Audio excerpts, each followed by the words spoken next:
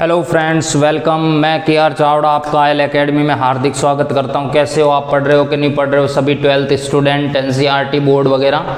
दोस्तों आपका कोटि कोटि धन्यवाद। मैंने जैसा कि कल भी बताया था, आज भी बता रहा हूं कि आपके कोटि कोटि आभार और स्नेह से मुझे अनअकैडमी जैसे प्लेटफॉर्म ने अपने यहाँ प्लेटफॉर्म पर काम करने के लिए आमंत्रित किया और मैंने वहाँ काम शुरू कर दिया है।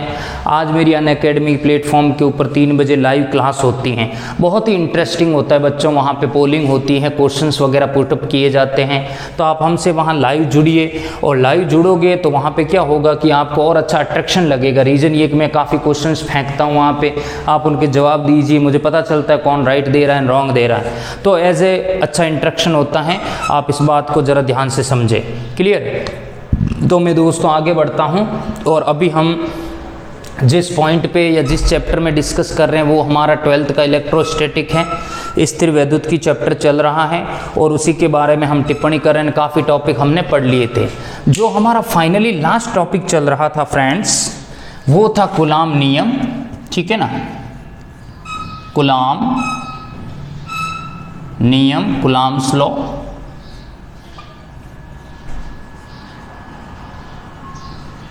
कूलाम्स लॉ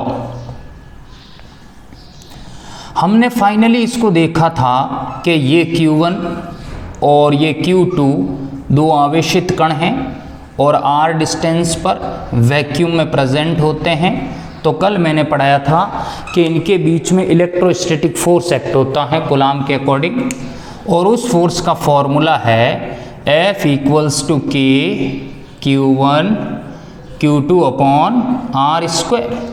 और K यहाँ पे 3 नाम बताए थे पर आज वापस समझा देता हूँ थोड़ा सा। K को हम क्या बोलते हैं? कूलाम कांस्टेंट, कूलाम नियतांक।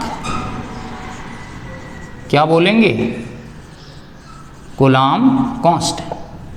तो हमारी बात जो है वो MK सिस्टम के ऊपर अटकी हुई थी।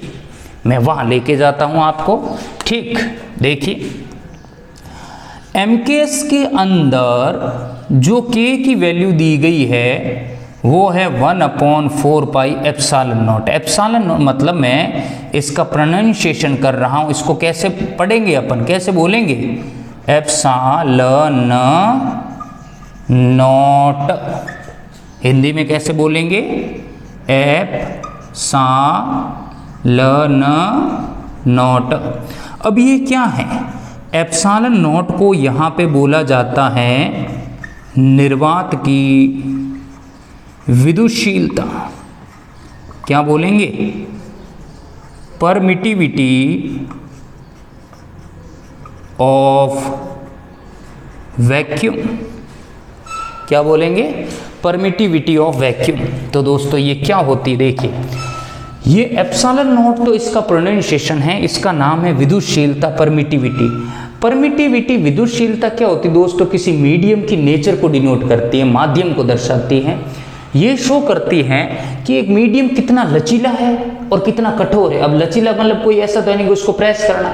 लचीले का मतलब ये है कि वो मीडियम आगे आएगा विद्युत बल रेखाएं, इलेक्ट्रिक फील्ड लाइंस या फील्ड लाइंस, विद्युत बल रेखाओं को कितनी इजीली पास करता है और कितना मतलब रिजिडली पास करता है। कहने का मतलब कितना उसके अंदर ऑब्स्टेकल प्रोड्यूस करता है, कितना धीरे धीरे जाने देता है या कितना फास्टली मूव करवा देता है। ऐसा कौन सा मीडियम है?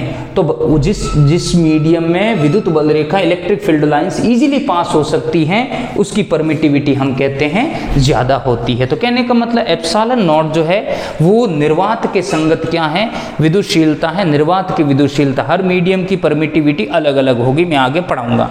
तो आपको ये समझना है विद्युतशीलता क्या चीज़ है। विद्युतशीलता होती है, वो ये प्रकट करती है कि कोई माध्यम कितना सुगम है विद्युत बल रेखाओं को भेजने के लिए। गॉट? Very good. अब मैं थोड़ा सा डिस्क्रिप्शन देता हूँ आपको आगे। हमने कल देखा कि हमारे पास कूलाम का फॉर्मूला आया K Q1 Q2 upon R square. मैं आपको आज KR टिप्स पढ़ा रहा हूँ और ये KR टिप्स क्या है ज़रा ध्यान से समझें। KR टिप्स कुछ बेसिक फॉर्मूलेज हैं। देखिए यहाँ पहले सबसे पहला है formula of K। Formula of के का फॉर्मूला देखना है हमें। क्या आएगा फॉर्मूला के का? के इक्वल्स टू होगा एफ आर स्क्वायर बट्टे Q1 Q2। देखिए उसी फॉर्मूले से फाइंड किए वैल्यू मैंने। नहीं आया? Cut, very good. के का सूत्र फाइंड हो गया हमारे पास। फिर मैं कहूं यूनिट ऑफ के का मात्रक, क्या यूनिट हो जाएगा? यूनिट हो जाएगा, देखिए एफ का यूनिट हो गया न्यूटन, आर स्क्वायर का क्या हो गया मीटर स्क्वायर, Q1 का हो गया कुलाम, Q2 का भी कुलाम, तो coulomb square, newton metre square बट्टे कुलाम स्क्वायर। फिर अगर मैं कहूं डायमेंशनल फॉर्मूला ऑफ के का विमीय सूत्र, क्लियर? तो के का विमीय सूत्र यहां से न्यूटन का पता है कितना होता है 112 112। तो मैं इसको लिखूंगा m1 L1 T-2 multiply L2। कुलाम का होता है मेरे पास A1 T1, ये तो एक कुलाम का होता है पर ऊपर स्क्वायर है तो हम स्क्वायर करेंगे। क्या मिलेगा मेरे को? m1 L3 T-2 ऊपर, ठीक, और यहां पे मिला मेरे को A2 एंड T2। क्या आएगा? m1 L3 ऊपर गया, कितना हो जाएगा भाई? T-4 A-2।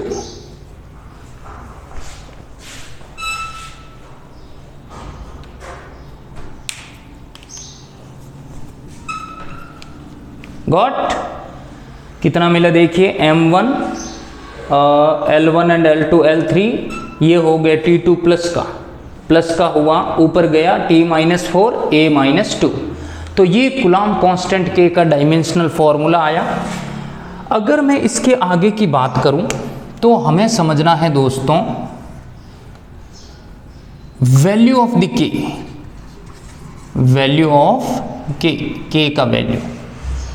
के की वैल्यू किसने दी थी? कुलाम नामक साइंटिस्ट ने अपनी लेबोरेटरी के अंदर ही मेज़र किया उसको, और कैवेंडिश की हेल्प से मेज़र की इस वैल्यू को, ठीक है। न्यूमेरिकल्स वैल्यू है, याद रखनी है।